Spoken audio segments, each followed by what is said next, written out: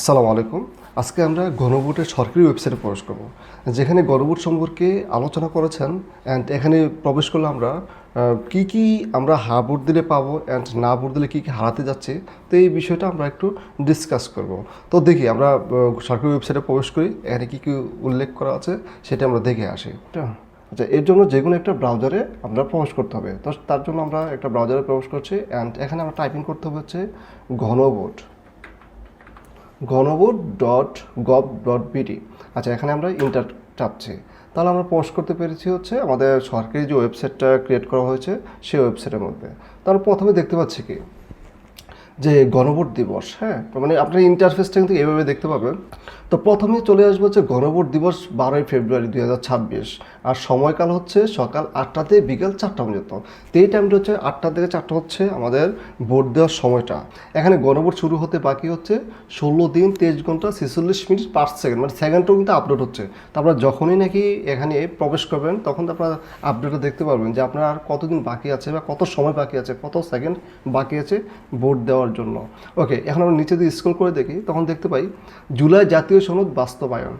আপনি কি এমন বাংলাদেশ চান যেখানে সাংবিধানিক সংস্কারের মাধ্যমে একটি শক্তিশালী গণতন্ত্র, স্বচ্ছ শাসন ব্যবস্থা এবং জবাবদিহিতামূলক প্রশাসন প্রতিষ্ঠা হবে? আপনার ভোটে নির্ধারণ করবে বা বাংলাদেশের ভবিষ্যৎ। তো আমরা মোটামুটি একটু স্পষ্ট এখানে দেখতে পাচ্ছি যে আমরা কী কী চাচ্ছি, দেশের জন্য কী কী হলে বা মঙ্গল হবে একটু আজ কিন্তু পেয়ে গেছি। তারপর নিচে স্ক্রল করে দেখে নিচ্ছি, এখানে আবারও আপডেটটা দিচ্ছে, মানে একটু বড় করে, মানে আমরা যেন চোখে পড়ে আর কি, কোনো ধরনের মিস না হয়। হ্যাঁ, এখানে আরেকটা কথা বলা আছে, আপনি কি এমন বাংলাদেশ চান যেখানে তত্ত্বাবধায়ক সরকার, নির্বাচন কমিশন ও সরকারি কর্ম কমিশন, মানে পিএসসি আর কি, গঠনে সরকারি দল ও বিরোধী দল একত্রে কাজ করবে? আচ্ছা, এখন আমরা চলে আসছি হচ্ছে গুরুত্বপূর্ণ যে পয়েন্টগুলো আছে সেই পয়েন্টগুলোতে, যেটা নাকি আমরা হাফ ভোট দিলে যেটা নাকি পাবো অ্যান্ড আমরা দেশ পাবে সেই পয়েন্টগুলোতে। তো আমরা সিরিয়াল করে 11টা পয়েন্ট আছে, 11টা পয়েন্ট আমরা শুনে নিচ্ছি। হ্যাঁ, এক নম্বরে বলা আছে সরকারি দল ইচ্ছে মতো সংবিধান সংশোধন করতে পারবে না।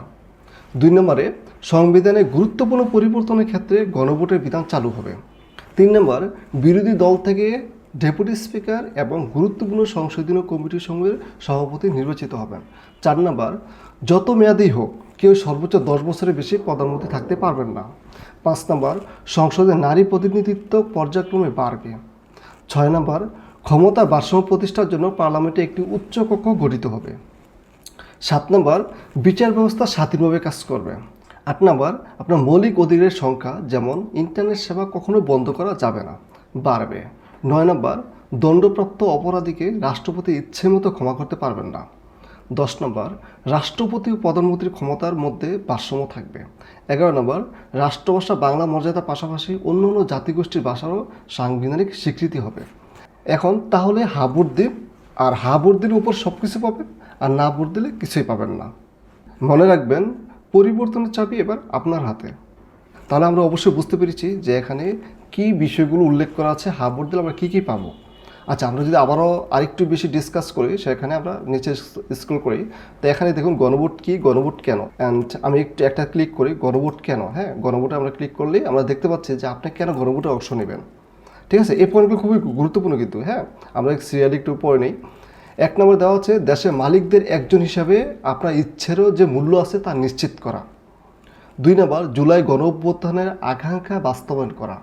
3 নম্বর, আপনার নির্বাচিত প্রতিনিধিরা যাতে আপনার উপর ছড়ি ঘোরাতে না পারে সেই ব্যবস্থা করা। 4 নম্বর, সামগ্রিকভাবে একটি জবাবদিহিমূলক রাষ্ট্র ব্যবস্থা প্রতিষ্ঠা করা। ঠিক আছে, জুলাই জাতীয় সনদের গুরুত্বপূর্ণ সুপারিশ কী কী? ক্ষমতা ভারসাম্য সৃষ্টি, আর কেউ যাতে শেখ হাসিনার মতো ফেসিবাদী না হতে পারে তা নিশ্চিত করা। ক্ষমতার ভারসাম্য সৃষ্টির জন্য দ্বিকক্ষ বিশিষ্ট আইনসভা চালুর মাধ্যমে একটি উচ্চকক্ষ গঠন করা। কোনো ব্যক্তি যেন তার সমগ্র জীবনে 10 বছরের বেশি প্রধানমন্ত্রী না থাকতে পারে সেই ব্যবস্থা করা। তত্ত্বাবধায়ক সরকার, নির্বাচন কমিশন, সরকারি কর্ম কমিশন মানে পিএসসি ইত্যাদি যাতে সরকারি দল ও বিরোধী দল একসঙ্গে গঠন করতে পারে সেই ব্যবস্থা নিশ্চিত করা। আইনসভার স্পিকার সরকারি দল থেকে এবং ডেপুটি স্পিকার বিরোধী দল থেকে নির্বাচিত করা বিধান চালু করা। গুরুত্বপূর্ণ সংসদীয় কমিটিসমূহের সভাপতি বিরোধী দল থেকে মনোনীত করা। বিচার বিভাগকে স্বাধীন ও জনবান্ধব করা। হাইকোর্টের বেঞ্চ ঢাকার বাইরে বিভাগীয় শহরগুলোতে স্থাপন করা। উপজেলা আদালত ব্যবস্থা পুনরায় চালু করা। বাংলাকে রাষ্ট্রভাষার মর্যাদা দেওয়ার পাশাপাশি অন্যান্য ভাষাকেও রাষ্ট্রীয় স্বীকৃতি দেওয়া, নাগরিকদের মৌলিক অধিকার পরিধি বৃদ্ধি করা, যেমন সরকার চাইলে যেন কখনো ইন্টারনেট বন্ধ করতে না পারে তা নিশ্চিত করা, রাষ্ট্রপতি চাইলে যেন কোনো দণ্ডপ্রাপ্ত অপরাধীকে ক্ষতিগ্রস্ত পরিবারের সম্মতি ছাড়া ক্ষমা করতে না পারে তা নিশ্চিত করা। তো এখন তো আমরা ক্লিয়ার যে হা ভোট জয়যুক্ত হলে আমরা কী কী পেতে যাচ্ছে। আর যদি না ভোট জয়যুক্ত হয়ে যায়, আল্লাহ না করুক, যদি হয়ে যায়, তাহলে এই দেশে স্বৈরশাসক কী করেছে আমরা তো সব কিছু স্পষ্ট না। তার চেয়ে দ্বিগুণ আকারে দেশে ক্ষয়ক্ষতি হবে, লুটপাট হবে, অরাজকতা হবে।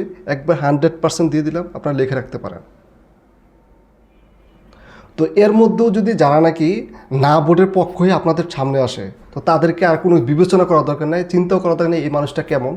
ধরে নেবেন হচ্ছে এটা হচ্ছে দেশের শত্রু, দেশের সবচেয়ে বড় ক্ষতিকারক ভাইরাস। এই ভাইরাস থেকে যদি আমরা নিজেরা না বাঁচতে পারি, আমাদের পরিবারকে না বাঁচাতে পারি, আমাদের দেশটাকে না বাঁচাতে পারি, তো দেশ গোল্লায় যাবে।